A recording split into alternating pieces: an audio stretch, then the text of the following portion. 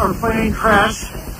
উত্তর আমেরিকার দেশ কানাডার টরেন্টোতে শীতকালীন ঝড়, প্রবল বাতাস ও তুষারপাতের মধ্যে ৮০ জন যাত্রী নিয়ে দেশটির ডেল্টা এয়ারলাইন্সের একটি বিমান মিনিয়াপলিস থেকে এসে কানাডার টরেন্টো পিয়ারসন বিমানবন্দরে অবতরণ করে।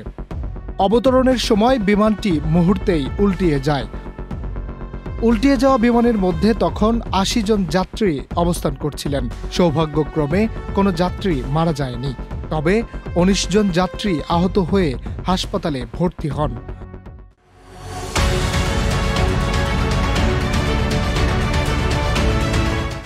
জানা গেছে তাদের মধ্যে কয়েকজনের অবস্থা গুরুতর আহত কয়েকজনের মধ্যে একজন শিশুও রয়েছে বলে জানা গেছে। ১৮ ফেব্রুয়ারি মঙ্গলবার এক প্রতিবেদনে এই তথ্য জানিয়েছেন কাতার ভিত্তিক সংবাদ মাধ্যম আল জাজিরা। তবে দুর্ঘটনার প্রকৃত কারণ এখনও জানা যায়নি। এ বিষয়ে সংবাদ মাধ্যম বিবিসি জানিয়েছে, উড়োজাহাজটি দুর্ঘটনার আগে টরেন্টোর ওই বিমানবন্দরে ব্যাপক তুষারপাত হয়েছিল। ধারণা করা হচ্ছে অতিরিক্ত তুষারপাতের কারণে এই দুর্ঘটনাটি হতে পারে। Harunur Rashid, channel I.